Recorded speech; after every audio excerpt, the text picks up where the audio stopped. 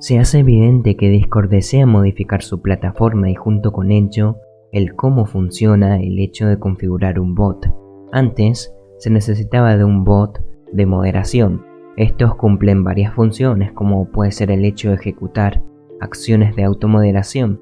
Y ahora, dentro de nuestros servidores, tenemos la opción de automod, que básicamente lo que hace es reemplazar la función se planea agregar lo que es una opción para otorgar roles. ¿Cómo funciona esto?